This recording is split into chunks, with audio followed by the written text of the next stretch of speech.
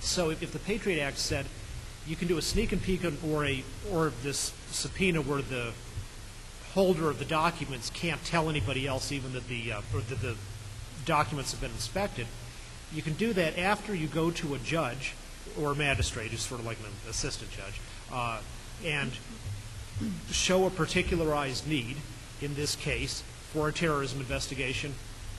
I'd say fine. That's a reasonable thing during wartime, but not to say that you can just do it when the agency, without going to the judge, just decides to do it unilaterally. And that's something the ACLU would support, as long as there is that judicial oversight.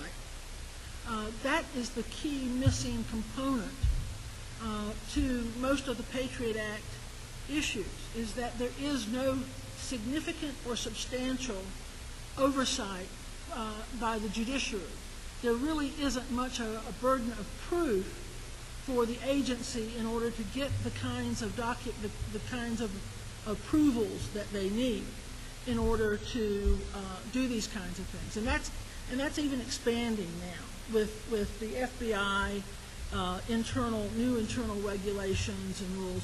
They're not part of the Patriot Act, but they stem from this war on terror. We're getting less and less protection around these kinds of searches and seizures.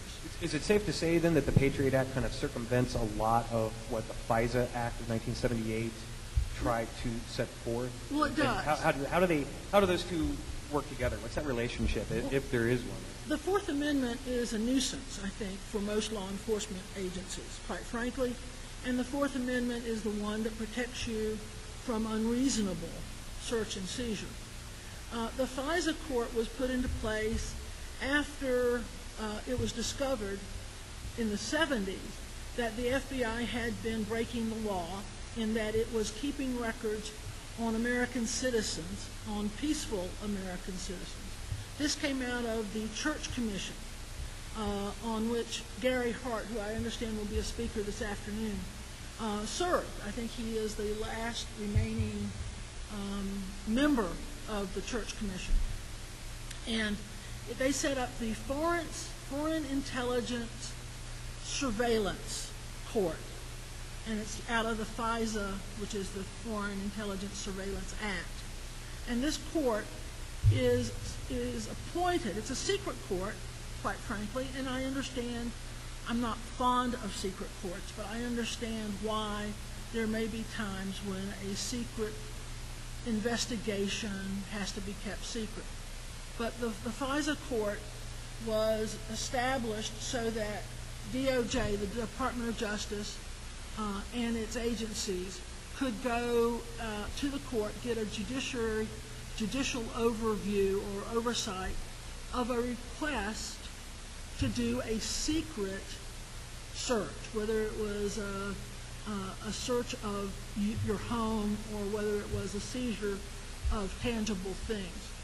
So that was the setup, and it was used infrequently but appropriately, I believe, in most cases, until after the 9/11 attacks. What happened after the Patriot Act was passed was that the oversight became much less. Prior to the Patriot Act, there had not been more than a couple of dozen, maybe 3 or 4 dozen requests for these secret searches from 1978 to 2001.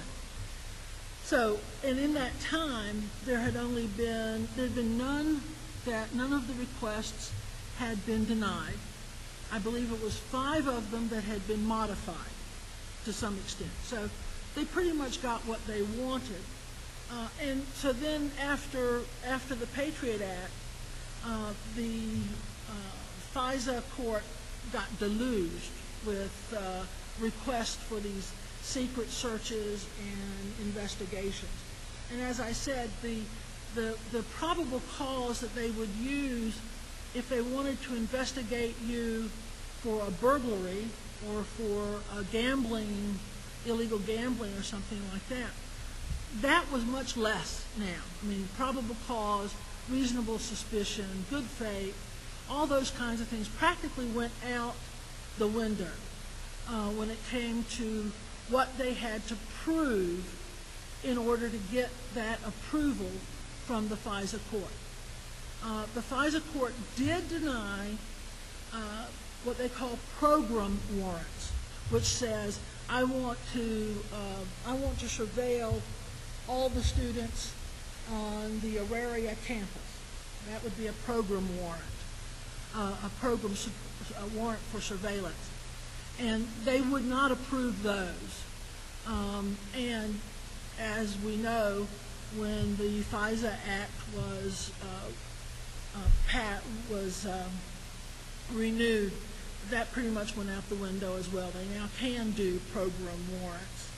And, of course, since they're secret, we don't know just where and when they use those program warrants. But the FISA court has been eviscerated from an ACLU perspective. Let me offer a slightly different perspective. FISA grows out of, it was enacted in 1978, signed by President Carter. It's based on the recognition when you're surveilling foreign intelligence agents, that is a fundamentally different thing than when you're investigating a domestic crime. If you're investigating some guy for homicide or interstate transportation of stolen goods or whatever, then we have pretty good guidelines under the Constitution. It's okay, we're moving towards a process of, well, we'll start with, we have enough suspicion to maybe watch him in a non-intrusive way, like park outside his house and see where he goes, and then that might build into probable cause, which will lead to a search warrant, and then we go through the various steps of an arrest and a trial and a conviction under proof beyond a reasonable doubt. The surveillance of foreign intelligence, let's say some guy in here who's, this would be in 1979, say, is supposedly the Bulgarian agricultural liaison to the United States, but actually is working for the Bulgarian intelligence services who are cooperating with the KGB. You're not aiming to convict him of a crime.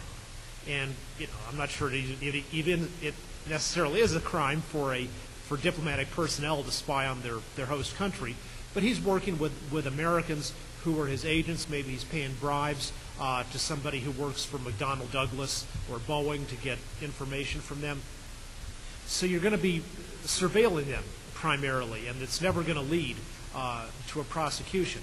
And so the Foreign Intelligence Surveillance Act said, okay, we're going to basically set up this separate track for when you want to do foreign surveillance. And as Kathy said, it is a secret court. I mean, the members of it are known, but it acts in a much more secret way in general. And actually, I think the number of FISA approved surveillances was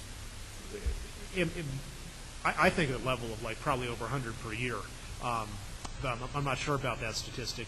And it was something that was generally well respected among people as, they're super secret, but they have really high standards.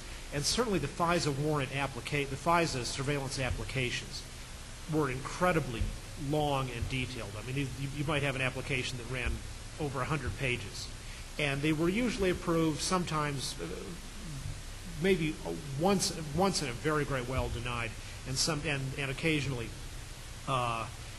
they'd be sent back for modification and then get approved after the modification.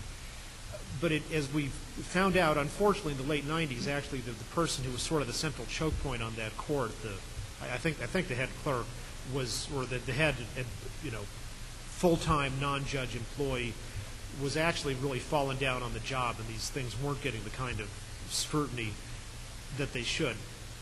FISA modifications are exactly the kind of thing that should have been in the Patriot Act, or at least debated in the Patriot Act, or if not passed in, say, 2001, as the Patriot Act was, should have been brought to Congress thereafter.